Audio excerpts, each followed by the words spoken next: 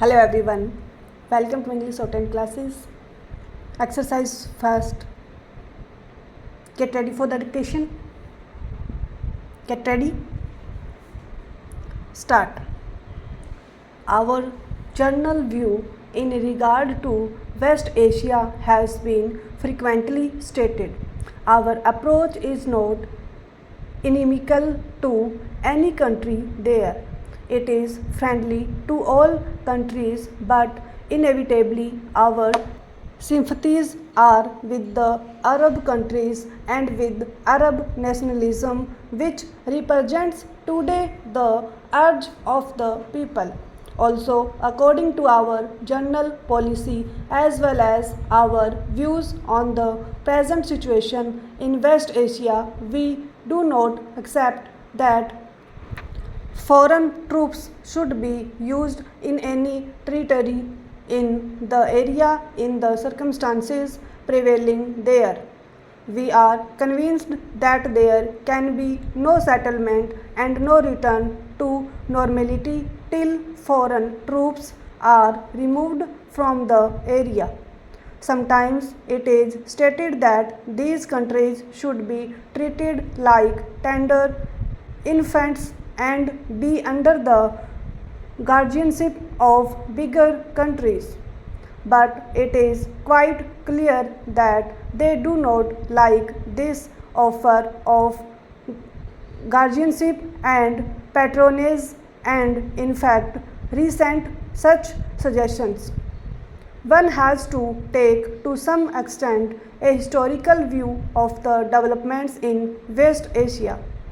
For hundreds of years, these countries in West Asia were under Turkish domination. They came out of it the end of the First World War. The Western powers decided what they liked about these countries without really caring much for the wishes of the people. Probably there was no organized way for the people to express their view. New nations were created and the contacts of the Western powers were with the rulers of their own creation or chiefly with the landed gentry. There were few contacts with the people. The whole period between the two world wars was one when Arab nationalism was trying to push out this foreign domination and was gradually making some progress in that direction. Then came the war and the post-war period when much has happened in the various countries of Middle East.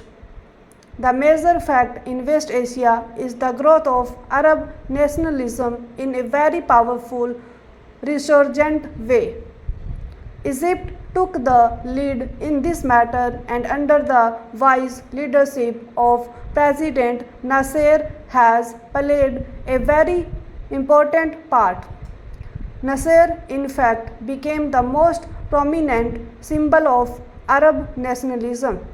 This fact, which was patent, was neither liked nor appreciated by many powers, and an attempt was made to split the Arab countries, in fact, Arab nationalism.